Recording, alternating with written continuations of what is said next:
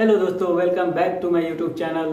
तो आज मैं एक बहुत ही अच्छा टॉपिक लाया हूँ आप लोगों के लिए कि हमेशा आप लोगों को ये डाउट रहता है कि कहाँ से काम कराएं और कौन सा वैकेंसी ज़्यादा आता है, कौन सा कम आता है।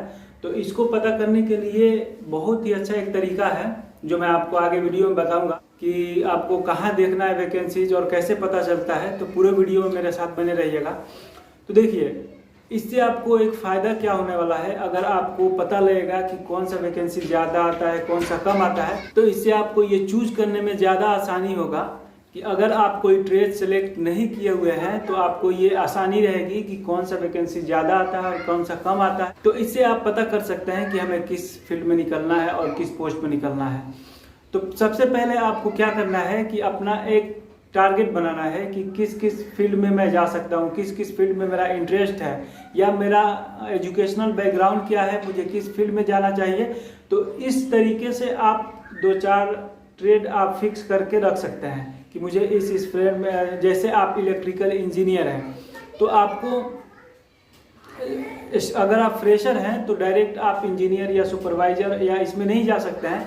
तो आप जैसे एक इलेक्ट्रीशियन का सीवी बना सकते हैं या उसका एक टारगेट रख सकते हैं कि मुझे इलेक्ट्रिशियन में निकलना है, जिससे आपको एक्सपीरियंस भी कुछ सालों का हो जाएगा और फिर जब आप वापस आएंगे तो फिर अच्छे पोस्ट पे आप जा सकते हैं।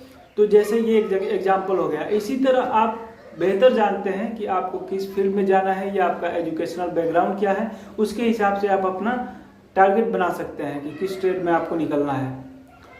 तो ये रहा। तो अब इसका वैकेंसीज का पता कहाँ लगाएंगे, तो 2-4 तरीके हैं। एक तो ये तरीका है कि जैसे कोई एजेंट हो तो उनके आप ग्रुप में ऐड हो जाएं। जैसे तो एक ये तरीका है कि बहुत सारे एजेंट्स रहते हैं, वो अपना ग्रुप बनाते हैं जिसमें वो आपको ऐड करते हैं और जो भी रिक्वायरमेंट आता रहता है वो सेंड करते रहते हैं। तो इससे एक पता लगता रहता है कि कौन सा वैकेंसी ज़्यादा आ रहा है।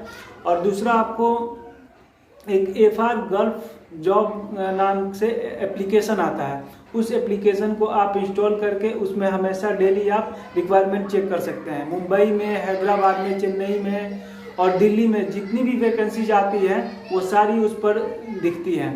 तो मुंबई में एक न्यूज़पेपर आता है जिसका नाम है असाइनमेंट्स अब्रॉड टाइम्स, जो हफ्ते में 2 बार आता है। उसमें आप वैकेंसीज चेक कर सकते हैं कि कौन कौन सा वैकेंसीज आ रहा है। ये 2-3 तरीके आपको जो बताए हैं, इससे आप चेक कर सकते हैं कि कौन कौन से जगह में और कौन कौन सी वैकेंसीज आती है।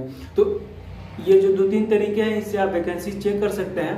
तो इस तरह से मैं भी एक ग्रुप बनाने वाला हूँ जिससे आपको ये पता लग जाएगा कि कौन कौन सा वैकेंसी ज़्यादा आता है। तो अब जैसे भी आपको पता है कि मैं एजेंट का काम स्टार्ट करने वाला हूँ, तो मेरे पास जो भी वैकेंसी आएगा मैं उस ग्रुप में उसमें मैं सेंड करूँगा। तो इससे भी जिसको अगर जाना है तो वो कांटेक्ट भी कर सकते हैं मुझे, और नहीं जाना है फिर भी आप वहाँ से वैकेंसी चेक कर सकते हैं। ठीक है, तो ये तरीका हो गया एक वैकेंसी चेक करने का कि कौन सा वैकेंसी ज़्यादा आ रहा है और कौन सा कम आ रहा है। और दूसरी बात कि मुंबई में कहाँ से हम काम कराएं, मुंबई जाकर काम कराएं, दिल्ली जाकर काम कराएं या कहाँ से काम कराएं। देखिए, सबसे बेहतर है अगर आप बड़े पोस्ट में काम कराना चाहते हैं, यानी इंजीनियर, सुपरवाइजर या क्वांटिटी सर्वेयर या प्लानिंग इंजीनियर, ऐसे पोस्ट में आप काम कराना चाहते हैं, तो बेहतर है कि आप मुंबई चले जाएं और वहाँ पे ज़्यादा वैकेंसी जाता है और वहाँ पे काम होने का ज़्यादा चांस रहता है। लेकिन अगर आपको छोटे पोस्ट में काम कराना है, जैसे carpenter, steel fixer, mason, helper, ये सब में काम कराना है, हेल्पर, इस तरह के छोटे पोस्ट में कराना है, तो आपके अगर अगल बगल में जैसे कोई भी कंसल्टेंसी हो, कोई मैन पावर कंसल्टेंसी हो, तो वहाँ से काम कराना बेहतर है। क्योंकि अगर आप मुंबई में जाकर काम कराते हैं तो बहुत ही ज़्यादा दिक्कत होता है। एक रूम में 8x10 के रूम में 10-15 आदमी ठूस दिया जाता है बोरा की तरह, और बहुत ही ज़्यादा दिक्कत होता है रहने में, खाने में, पीने में और फिर जाकर इंटरव्यू देने में बहुत ज़्यादा प्रॉब्लम होता है।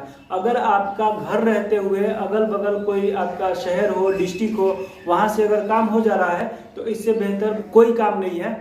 तो बेहतर यही है कि अगर आपके अगल बगल में कोई जैसे कंसल्टेंसी हो या कुछ दूर पे, जैसे 100 किलोमीटर में, 50 किलोमीटर के अंडर में अगर कोई कंसल्टेंसीज हो तो या एजेंट हो, तो उससे आप कंसल्ट करके अपना काम करा सकते हैं। ये ज़्यादा बेहतर रहेगा। 10-15 हज़ार थोड़ा ज़्यादा रुपया लगेगा, लेकिन मुंबई या दिल्ली जाकर काम कराने से ये बेहतर रहता है। तो बस इस वीडियो में इतना ही है, तो इस वीडियो को यहीं पे ख़त्म करते हैं। आज के लिए बस इतना ही। Thank you so much.